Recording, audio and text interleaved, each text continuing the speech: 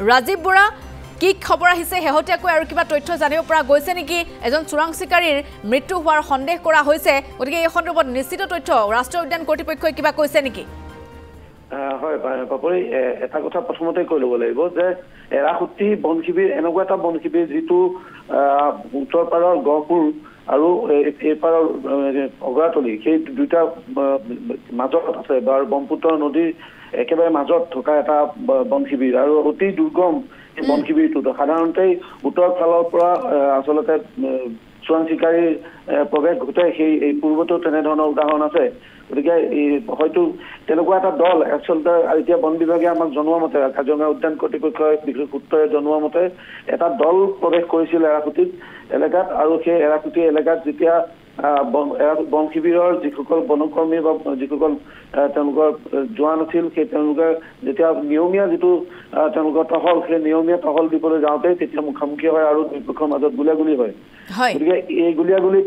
এজন চোৰাং চিকাৰী নিহত হোৱাৰ খবৰ আমাৰ হাতলৈ আহিছে আৰু ঘটনাস্থলীৰ পৰা এটা বন্দুক ইতিমধ্যে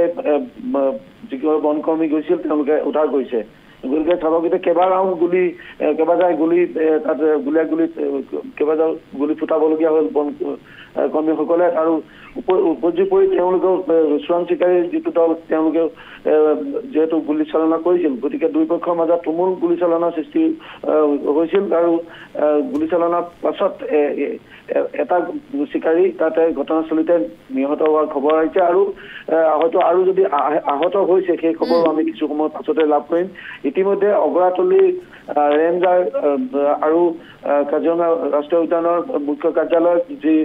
বোকাখাটত আছে তেওঁলোকৰ এটা উচ্চ পৰ্যায়ৰ দল ইতিমধ্যে তালৈ ৰাওনা হৈছে ইতিমধ্যে গোটেই বিষয়টো পৰ্যবেক্ষণ কৰাৰ কাৰণে কাজিৰঙা ৰাষ্ট্ৰীয় উদ্যান সঞ্চালক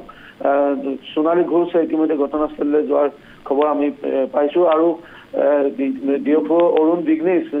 তেওঁ নিজেই সেই ঘটনাস্থলীলৈ ৰাওনা হৈছে গতিকে কিছু সময় পাছত তেখেতসকলে ঘূৰি অহাৰ পিছত হয়তো আমি অধিক তথ্য আমি লাভ কৰিম কিন্তু এটা কথা পাপৰি ক'ব লাগিব যে এৰাসুতি বনশিবিৰ যিটো টুৰিষ্ট ট্ৰেক আছে অগৰাতলীৰ যিটো বনাঞ্চলত টুৰিষ্ট সকল অহা যোৱা কৰা যিটো ট্ৰেক সেই ট্ৰেকৰ এটা পইণ্ট আছে সেইটো হৈছে ৰঙামতীয়া বনশিবিৰৰ পৰা আকৌ পৰ্যটকসকল ঘূৰি আহে বা যিটো সমূহ ঘূৰি আহে এই ৰঙামতীয়াৰ পৰা এৰাসুতিলৈ যিটো পথ সেইটো আচলতে পথ বুলিবলৈ ক'বই নোৱাৰি সেয়া সম্পূৰ্ণ হাবি আৰু হাবিৰ মাজেদি আৰু ব্ৰহ্মপুত্ৰৰ বালি গতিকে যথেষ্ট বানপীড়িত এটা অঞ্চল আৰু যথেষ্ট বালি থকা এটা জেগা তাত গড়ৰ আৰু বাঘৰ সংখ্যা যথেষ্ট বেছি গতিকে চোৰাং চিকাৰী টাৰ্গেট হয়তো গড়ে আছিল গতিকে তেনেধৰণে এটা দুৰ্গম যিহেতু বন শিবিৰ এলেকা আৰু সেইটো নৈপৰীয়া এলেকা গতিকে ৰাজীৱ বৰা গুলীচালনাৰ ঘটনাটো কিমান সময়ৰ সেই আমি এতিয়ালৈকে যিখিনি বনকৰ্মীয়ে আমাক যিখিনি তথ্য দিছে তেওঁলোকে পুৱতি নিশাৰ বুলি জনাইছে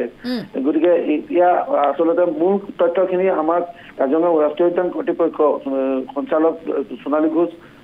ডিএফঅ অৰুণ বিঘ্নেশে আমাক আচলতে বিতং তথ্যটো দিব পাৰিব কাৰণ এৰাসুতিৰ পৰা যিটো যোগাযোগৰ ক্ষেত্ৰত মোবাইলৰ টাৱাৰ নাপায় আৰু সেই মোবাইল টাৱাৰ নোহোৱাৰ কাৰণে ৱায়াৰলেছত খবৰবিলাক আহে গতিকে ৱায়াৰলেছত খবৰবিলাক আহে ৰঙামতীয়াৰ পৰা সেই খবৰ বোকাখাট মুখ্য কাৰ্যালয়লৈ আহে গতিকে সেই খবৰ আহোঁতে কিছু সময় লাগি যায় আৰু সেই সঠিক সময়টো আচলতে কোৱাৰ এতিয়া যোগাযোগৰ ক্ষেত্ৰত যথেষ্ট সময়ৰ প্ৰয়োজন হ'ব ৰাজীৱ বৰা কিন্তু এটা কথা আমি ক'ব পাৰোঁ যে চোৰাং চিকাৰীয়ে নিশাৰ আন্ধাৰৰ সুযোগ গ্ৰহণ কৰিয়ে পুনৰ কাজিৰঙা ৰাষ্ট্ৰীয় উদ্যানত এতিয়া প্ৰৱেশ কৰিবৰ বাবে এনেধৰণৰ চক্ৰান্ত ৰচনা কৰিছে বা শেহতীয়াকৈ তেনেধৰণৰ ঘটনাই দেখিবলৈ পোৱা গৈছে আমি কিছুদিন পূৰ্বেও জনাইছিলোঁ যে চোৰাং চিকাৰী প্ৰৱেশ কৰিছে কাজিৰঙা ৰাষ্ট্ৰীয় উদ্যানত বিগত আমি এটা বছৰলৈ যদি চাওঁ তেলে এটা বছৰত কিছু তেনেধৰণৰ আমি বাতৰি সম্প্ৰচাৰ কৰিবলগীয়া হোৱা নাছিল বা নিৰাপত্তাৰ ক্ষেত্ৰত যিখিনি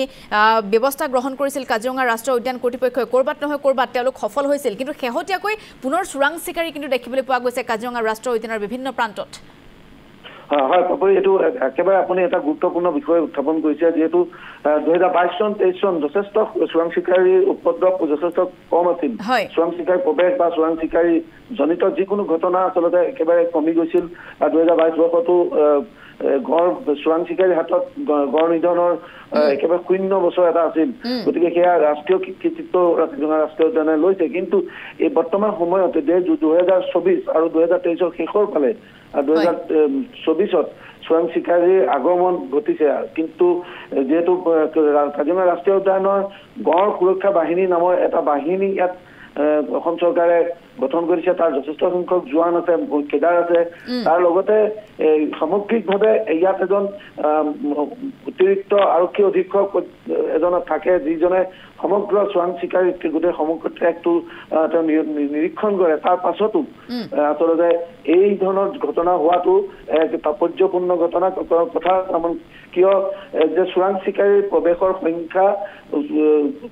যিটো দূৰত্ব সময়ৰ যিটো দূৰত্ব এই 3-4 বা 5 মাহৰ ভিতৰতে আচলতে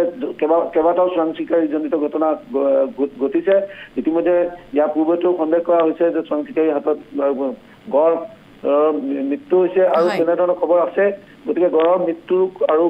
কিছু তথ্য আচলতে দুৰ্গম কিছুমান ঠাইৰ পৰা কিছুমান তথ্য আমি বহুত দেৰি কৰি লাভ কৰিবলগীয়া হয় কিন্তু তাৰ আমাৰ হাতত যিবিলাক খবৰ আহে আমি যিবিলাক খবৰ পাওঁ সেই খবৰ অনুসৰি কিন্তু চোৰাং চিকাৰীৰ গতিবিধি বিশেষকৈ উত্তৰ পাৰৰ ফালে গতিকে সেই ফালেতো অত্যাধিক পৰিমাণে হেঁচা ইয়াত পৰিছে ঠিক আছে ৰাজীৱ বৰা আপোনাক আমি এই মুহূৰ্তত ধন্যবাদ জ্ঞাপন কৰিছো আৰু এই বোকাখাটৰ জ্যেষ্ঠ সাংবাদিক ৰাজীৱ বৰাই সবিশেষ তথ্যখিনি ইতিমধ্যে আমাক জনাইছে